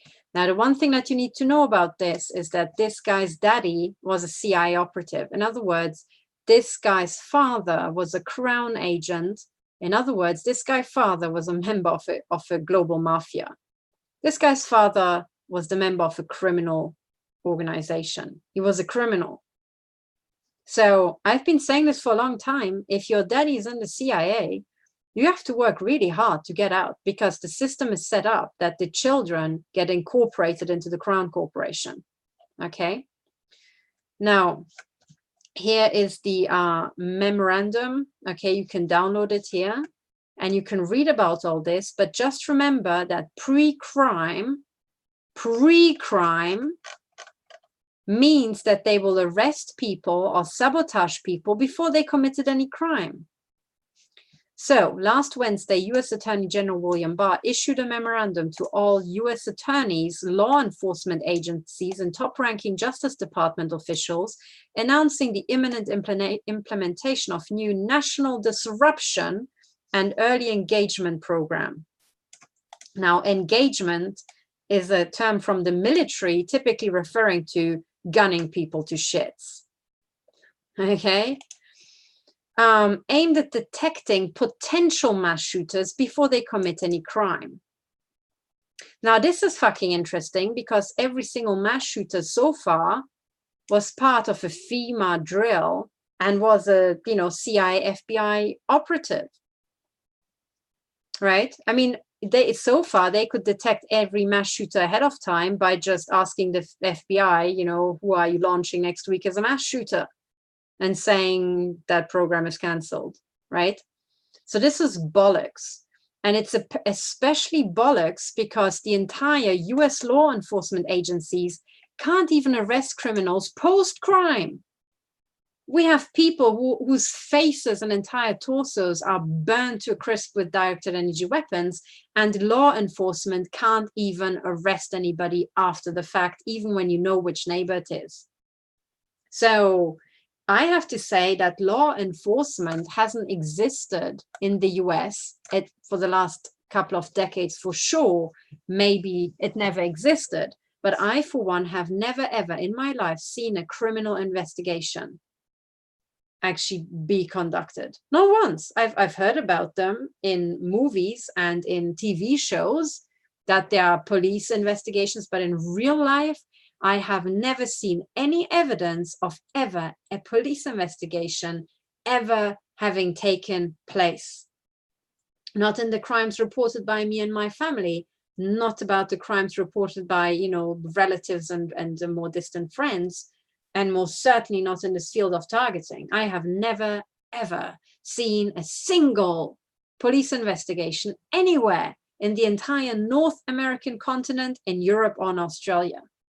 Never. As far as I'm concerned, the police are just human traffickers, right? And the police station is your local human trafficking office.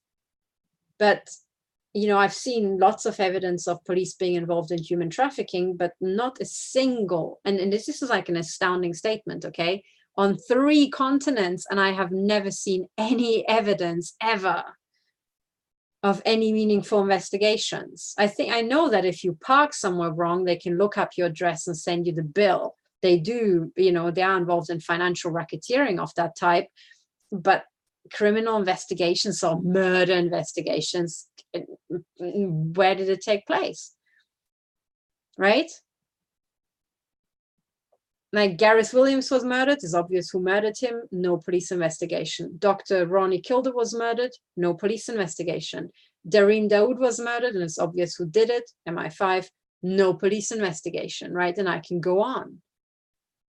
So I don't know what the police does. So post-crime, they do jack shit. So why do they need pre-crime?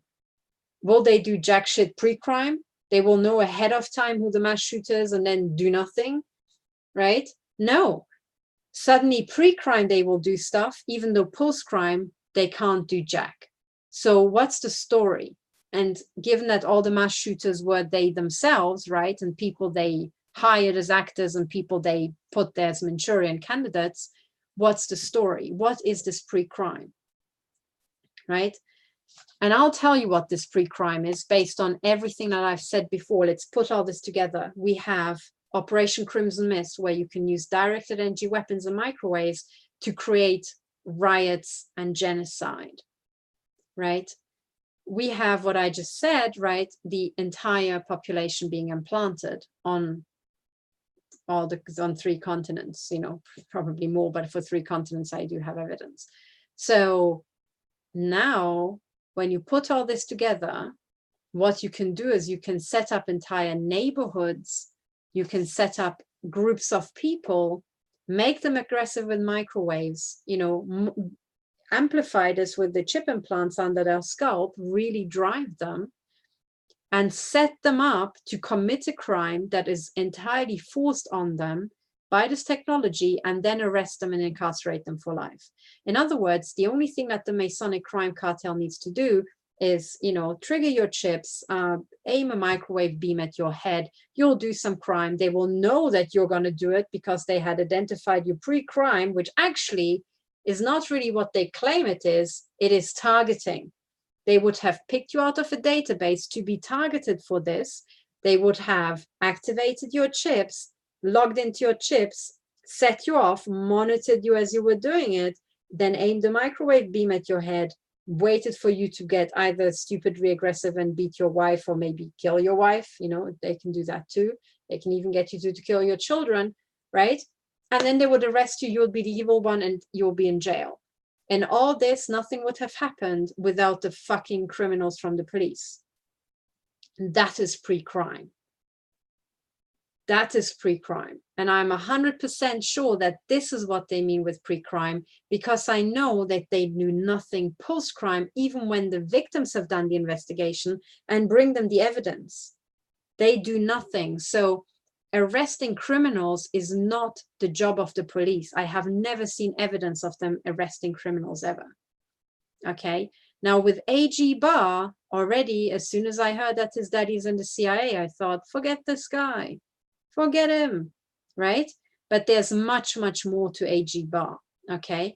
Now, the thing that is also to be noted about A.G. Barr is that, as you know, Jeffrey Epstein has been funneled out of jail, right?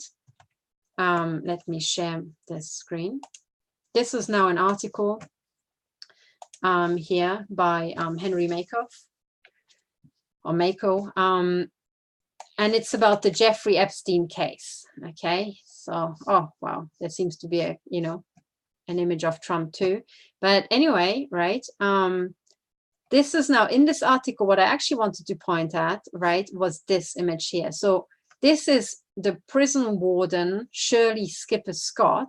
Funny name, isn't it? Shirley Skipper Scott, who basically was in charge of Epstein officially dying, unofficially being still alive and being funneled out of jail. And people found this photograph of her making the Illuminati hand sign, right? So my point is that Epstein has been obviously funneled out. He's obviously not dead.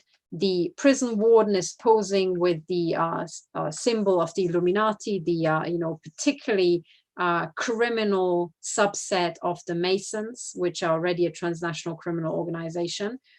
And A.G. Barr here has not ordered any arrests. Okay, so combine that, right? Flashing the Illuminati hand sign and no arrests. Epstein funneled out, no arrests. Right, the judicial system or the judicial process of the United States has been obviously violated in the most jeering fashion, and the Attorney General doesn't arrest the criminals. Well, from that I conclude that the Attorney General is a criminal, He's a criminal and part of the network as much as his daddy was. It would make perfect sense. And then you hear him with this, memorandum about pre-crime, and at the same time being too fucking dumb to order arrests post-crime, right? And it follows that this guy is a big fat criminal, right? So the question now is, given that your attorney general is a big fat criminal, right, as it seems, what are you Americans going to do? And what should you have done all along? Now, the real problem with the AG Barr story is that if you 327 million Americans just trust one man to drain the swamp, be that the president or AG Barr, you're screwed. Because how cheap is it for the CIA just to buy, threaten, or intimidate one man? Now, if that one man's daddy just happens to be in the CIA, right? The CIA was there when this guy was born. The CIA was probably present at his birth, right? They were in the hospital because one CIA's, sperm was germinating into a person, into a little proto CIA agent. Surely they would want to, get hold of the little baby CIA agent to make sure that it's groomed into the perfect CIA agent to maybe have like a, high flying post like the Attorney General at the end of all this, right? So you all trusted AG Barr to get stuff done, and he did the opposite, right? Now, the lesson from this is you never, ever trust the government to pick somebody to sort out your problems. You do it yourself. How can you do it yourself? Well, throughout all this time, as soon as Epstein disappeared without being dead, right? You could have gone into court and said, well, we as the American people, we demand the arrest of all the prison staff. Did any of you do that? No. Why? Because you didn't care. You said, oh, yeah, it's Epstein. What does it have to do with me? It has everything to do with you. Because this guy was mass murdering American children, as it seemed, okay, in his funky island, probably also children from around the world. But there was human sacrifice, taking place there, as it was rumored, if you followed the Q posts and all that, right? So all these people behind the scenes were doing lots of research, right? And then your American judicial system, and that is the system for you to bring you justice, was obviously just flaunted and jeered at and subverted by a bunch of idiots. It is your right as an American to just say, well, we demand that by a court order, the immediate arrest of these people. Okay, and then also note a couple of curious coincidences in all this. Okay, so this is the abbreviated name of this person, but her full name is Warden Shirley Skipper Scott. Now, say this name really fast. Shirley Skipper Scott, right? To me, it very much sounds like, surely you can skip out of jail scot-free. And it just so happens that with this funky name, she's flashing the Illuminati symbol, and the Illuminati love, like the Masons, these word games. And it just so happens that Epstein just, quite surely skipped out of jail scot-free. Wow, what coincidence, right? With all these coincidences, as an American, you have a right to descend down on your attorney general and say, well, first of all, these people in prison the people in prison need to be in prison, but on the other side of the cell wall, right? And then what's going on with the attorney general? And why did it take the American people to demand the arrest of these criminals? And actually, you have to find a way to force your own administration to do what you want to do. And then once you've established this mechanism, you can do the same thing with all the other investigations. What's your standing in the matter? Well, the standing, you have as an American is that this gang around Epstein is stealing children, from all across the country. And on this news, apparently the FBI has now released the entire archive on the finders. Okay, it's somewhere in my Twitter stream. So if you go through my Twitter stream on JIT Update, there's the, maybe I can find it very quickly if you have a bit of patience, because it is quite important. So if you have been following, if you have been following Ted Gunderson, he already reported about the finders a long time ago. Okay, so maybe you knew, but now the FBI has actually published, some of their documents on the finders, and that is hugely hugely meaningful. It's like the first mini baby step towards recapturing, the American society. Let's see. I have to click downwards for half an hour to get down to the finders, probably. I should have bookmarked this for you. But anyway, so you do have standing, and you have to understand the main ingredients to a court case, right? First of all, you need to prove that you have something to say about it, that the court case is directly relevant to you, right? Maybe you have children, and maybe you want to protect those children and so on, right? There's also other ways that you can litigate where you are basically a concerned party and you are litigating in the public's interest. But for that, you all need to find out how your system actually works, and you need to cherish it. You need to take it seriously, and then you need to start acting on it, right? And it's your job. And again, we come back to the overwhelming importance of having a dick, right? And it means that whatever you're doing, you better make sure that there are lots and lots of men around and with you to support you. Okay, hang on. I think I've almost reached the bit about Ted Gunderson. Hang on. What is this thing?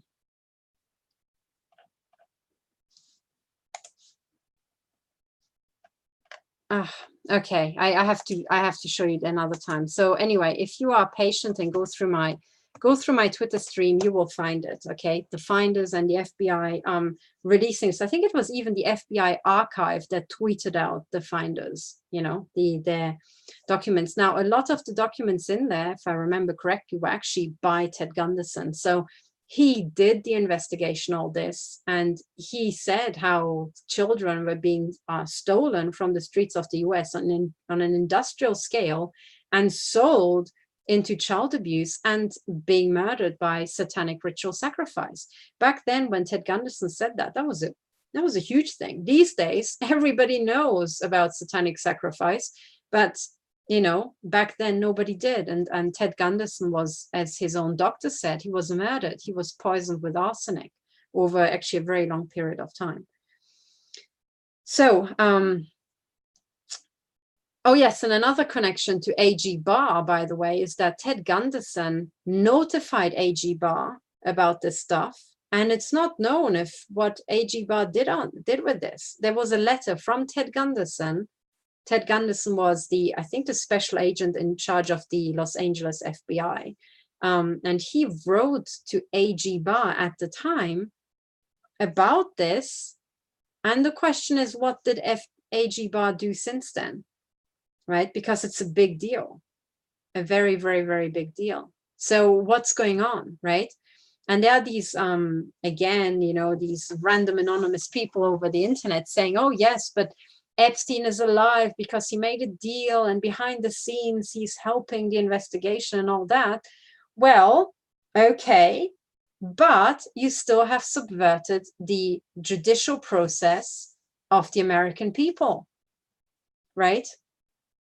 For this to have any sort of validity in society, you have to follow the process. If you subvert the process, what you set up is basically a backdoor through which everybody can from now on subvert the judicial process. You have, for this case, trashed the entire, judicial, sequence in which things have to happen. And they have to happen in that way so that the American people can be sure that the person you're interviewing is the person who's in jail, right?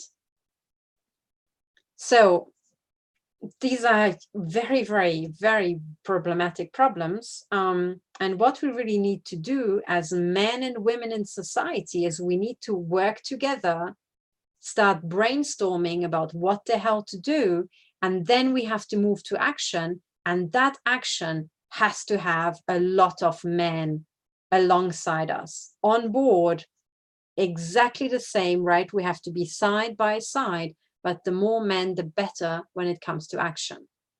Whatever action, not just smashing up dues, also going into court for all the genetic and historic reasons I've just outlined. Okay. So anyway, I've talked again so much, and I am so desperate for help because I cannot write my court case because I'm in so much pain. I'm being pain tortured. My brain is being cooked as I'm trying to work.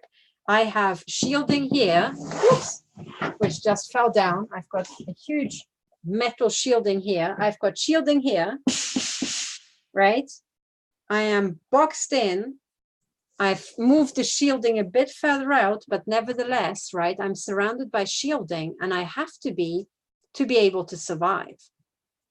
And I'm being machine gunned with military weaponry, and the entire, that's my radioactivity meter showing, 80 microsieverts per hour.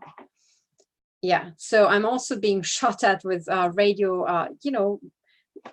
bursts of radioactivity that are always exactly around 80, 78, 81, 82, but 80, Curious, almost like somebody's x-raying my room here, So all this is going on, right?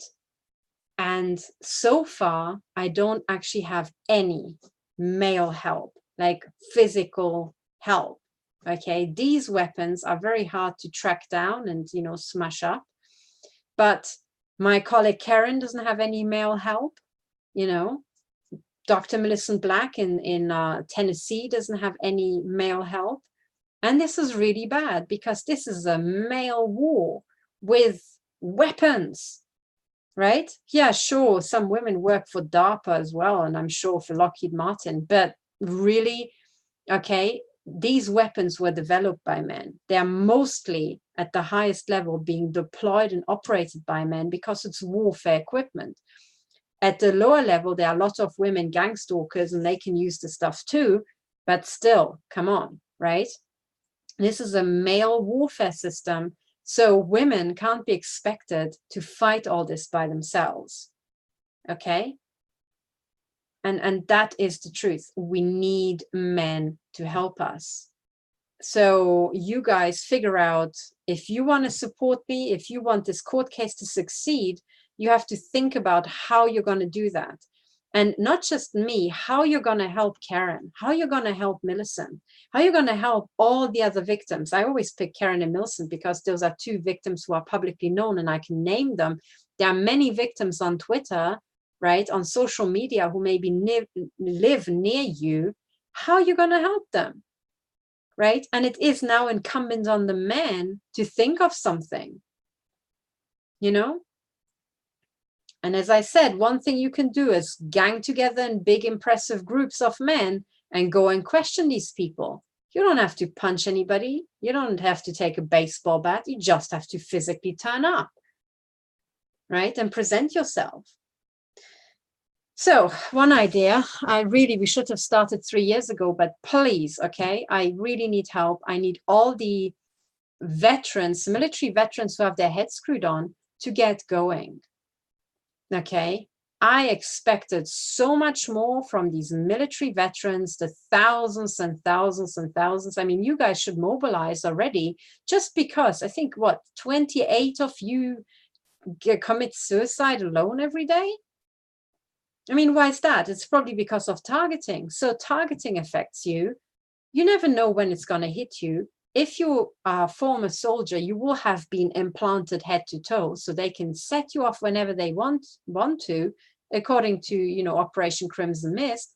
This pre-crime program announced by AG Barr, I bet you that the first people they're going to pick up will probably be veterans. because they want to pick you off the street. They want to get rid of you because you know how to use a gun. You're trained, right? Now that you're not fighting the bankers' wars abroad for the Crown Corporation, they are scared that you will gang up on them.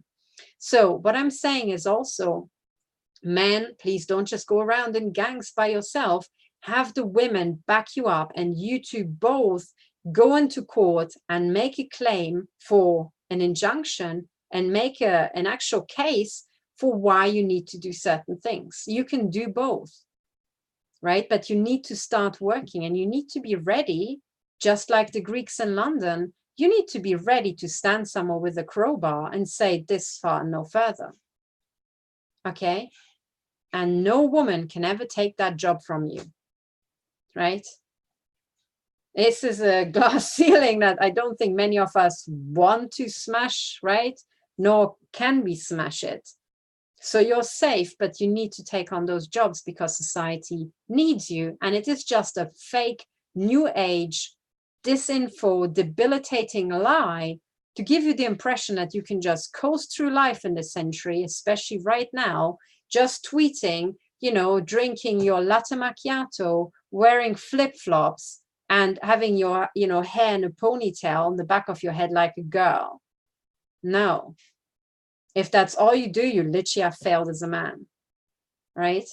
So please, okay, there's this amazing importance of having a dick. And if you have one, you're one of the lucky ones, you know, you're a lucky guy, use it in every, you know, meaning of the word, but please use it for fighting this criminality, you know? So anyway, I wanted to get this off my chest. I hope you guys all know I love you all. You know, I love you women. I love you men. I love you all. And I'm fighting for you both. And when you remember, in all this, it's not just about protecting female victims. It's also protecting male victims who are also being gunned and are helpless against their neighbors. But the important thing is that the people who need to do the protecting have to be predominantly men. Otherwise, it will not register. Okay. And I had to tell you this now. The time has come, guys, to get up off your asses. So we need you. Thank you so much for listening. I hope you guys have a wonderful day.